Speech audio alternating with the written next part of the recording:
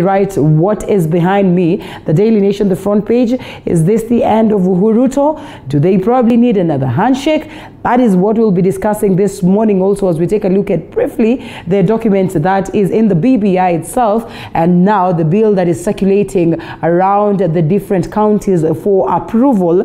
And indeed, President Kenyatta, he told elders or leaders to emulate Moi, who's, of course, was replicated from Kenyatta, or what exactly it is that he picked from his dad. Is it a polite way of sending a message to the DP that you probably are not doing what it is that you're supposed to do as a vice or as a deputy, so to speak? So things have never been the same since the March 2018 handshake with Right Honorable Raila Odinga. Those are claims from the quarters of the DP, but just how genuine and honest are these statements?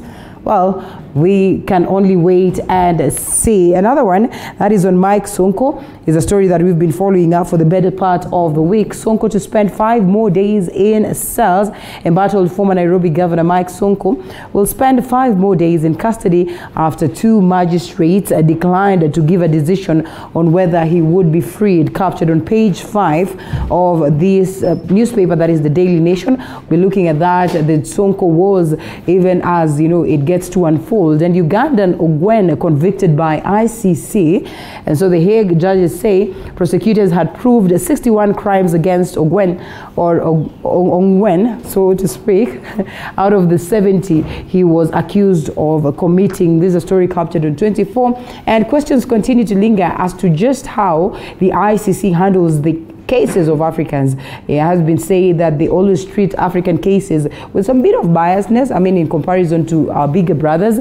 And of course, many have had conversations on whether, as Africa, you know, the African countries that are in ICC should proceed to exit from this international court. And away from it to a different story altogether. Kenya lost 330 million in football tourney scandal. That's another one. And I mean, this is not strange because we've seen so much happening in the world of sports in the country in terms of the monies that are set and all that. So Kenya not only lost an opportunity to host a continental football tournament that is in 2019, but also hundreds of millions shillings in taxpayers' money.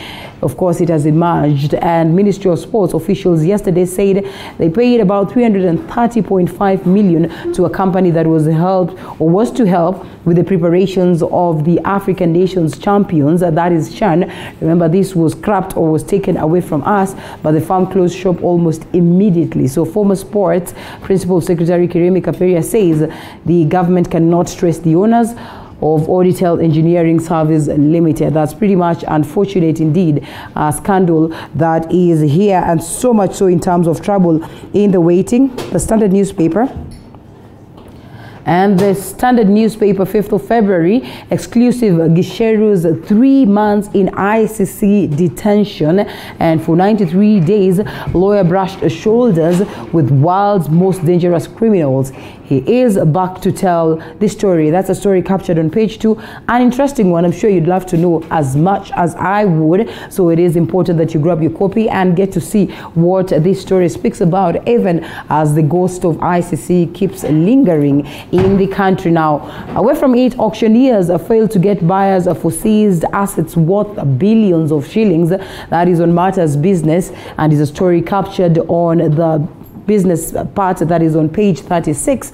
And then the question is just how much, you know, is money here up for grabs, or products that actually have been auctioned out here back up for grabs at a time when people continue to battle with the toughness of COVID-19. Evidently, not everyone would be excited about the deals that comes along with these auctioned products. And away from it, Uhuru's dismay at Ruto, that is, or Ruto's impatience at a memorial service to mark a year since Mzee Moi died. President Kenyatta condemns arrogance of leaders and calls for respect and humility. Secrets of Moi's interactions with leaders and family were revealed in this occurrence. A story captured on page 6, 7, and 8. Just a reminder, and you know, as they have always told him, why don't you be like Moi? Why don't you be like Jaramogi Oginga Odinga? Exit the stage. I mean, you are not doing this right. So, well, we can only wait to see what reactions then will come out of that. That is on this, and of course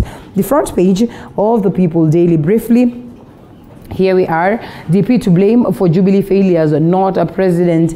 That is according to Right Honorable Raila Odinga, something that has been castigated. The DP also has said he also is to blame because then they joined in the Jubilee Brigade and they have not brought anything good but destruction. And this is a story captured on page 7 of the People Daily. And tough measures on unrest from increasing the number of teachers on duty at any given time to the head teacher that is residing in school and prosecution of suspects. The Ministry of Education hope to rein in discipline and enhance security at the schools level. We know very well that the indiscipline cases have gone high and higher, which is something that has been questioned. And again, it's pretty much unfortunate to note that this is what is playing out in our schools and also in our home setups. But we dropped that one and it's captured on page 3 to this one. Ruto's loyalty in focus at Moi's event. Uhuru uses Kabarak memorial function to take a jab at his deputy for his apparent lack of humility and patience, saying that the late former president's rise to the top was occasioned by, of course, many years of humble service. A story captured on page 4. That is one that we'd love to hear the view of the panelists that I'll be having this morning. And also the Sonko saga continues, like I have said, also captured weird script of Sonko's rise and fall. Right here, his tale as a prisoner who rose to become a governor has gone full circle with the current wars. That is at the edge right there. Story captured on page 13. And Mwaura's date with JP bosses and turns chaotic. The disciplinary hearing ended up in a shouting match with claims of bias. That was also captured by my team, and we'll be looking at it extensively as we proceed. And so much so happening in terms of this, and of course we'll drop it at that, and we'll be looking at a different conversation altogether that is later on alongside my guests. And what is happening on the roads?